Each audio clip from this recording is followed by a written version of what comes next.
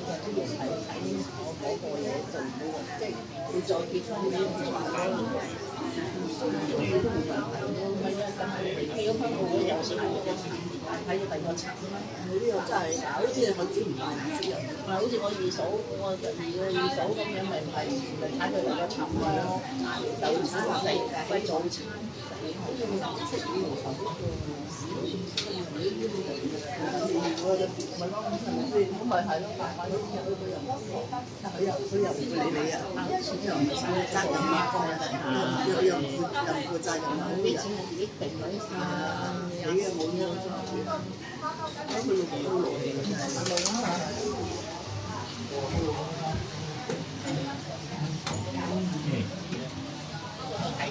咁多嘅，差唔多啊。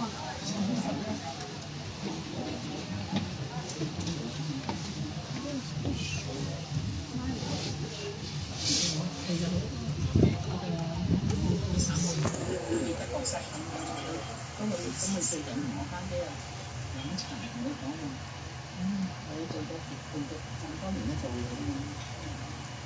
而家我錄到都而家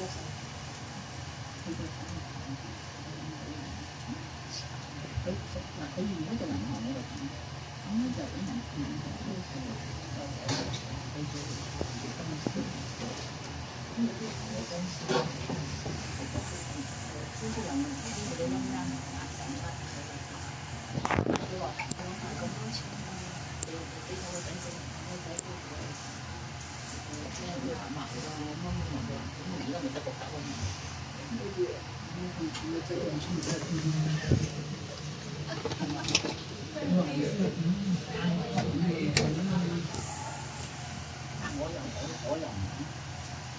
我又冇同佢哋講，我唔中意佢啲嘢。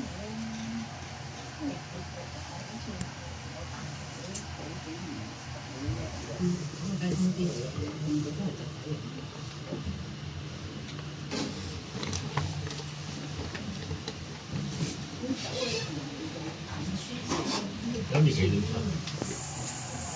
呢個時候有搞嘅。